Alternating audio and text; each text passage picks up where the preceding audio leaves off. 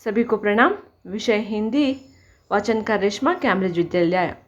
आज हम वचन के बारे में जानकारी प्राप्त करेंगे और उसका इस्तेमाल कैसे करते हैं इसके बारे में सीखेंगे। यहाँ पे दो वाक्य हैं। मोहन के पास एक बिल्ली है। दूसरे वाक्य में रोहन के पास 5 बिल्लियाँ हैं। पहले वाक्य में मोहन के पास एक ही बिल्ली है और दूसरे वाक्य में रोहन के पास 5 बिल्लियाँ हैं। तो इन दोनों वाक्यों में पहले वाक्य में एक की संख्या का पहले वाक्य में आपको एक संख्या का बोध होता है और दूसरे वाक्य में 5 बिल्लियों का बोध होता है। यहाँ पे संख्या सूचित करता है। जैसे शब्द के जिस रूप से संख्या का पता चलता है उसे हम वचन कहते हैं।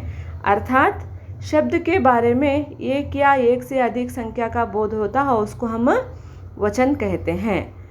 जैसे उदाहरण के लिए अब हम देखेंगे तो लड़का, लड़के, पत्ता, पत्ते, बूंद, बूंदे, मैं, हम, रस्सी, रस्सियाँ।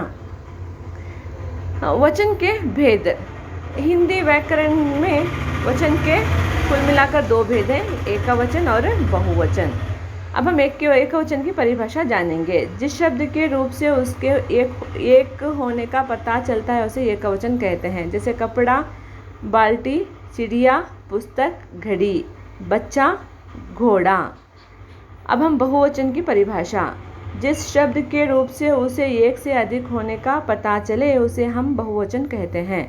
जैसे बच्चे, पुस्तकें, बाल्टियाँ, फलें, लकड़ियाँ, चादरें। इन दोनों वाक्यों में जब हम एक ही वचन के वाक्य को अगर हम आदर के साथ कहते हैं तो उसको बहुवचन का उदाहरण आता है। जैसे मास्टर जी पढ़ा रहे हैं, मेरी माताजी बाहर गई हैं, पिताजी आप कब आएंगे। देखिए यह वाक्य एकवचन के ही है लेकिन आदर के साथ हम बहुवचन को कहते हैं। जैसे सदा एकवचन में रहने वाले वाक्य शब्द नल, बादल, आकाश, प्रजा, पाप, क्रोध, प्रेम, चीनी, पराजय। और हमेशा बहुवचन में रहने वाले शब्द प्राण, दाम, दर्शन, दुर्लभ, आंसू, सोना, धन, समाचार, होश, भाग्य। यह वाक्य बहुवचन रहते हैं। अब हम एकवचन से बहुवचन के शब्दों को जानेंगे। लड़का, लड़के, बहन, बहनें, आँख, आँखें, सड़क, सड़कें, पुस्तक, पुस्तकें, बात, बातें, बेटा, बेटे, घोड़ा, घोड़े। बहुवचन से एकवचन के बारे में जानेंगे।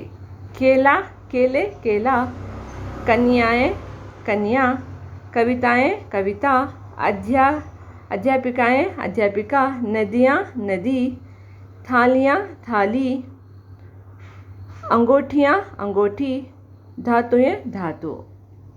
धन्यवाद आज के पाठ के लिए।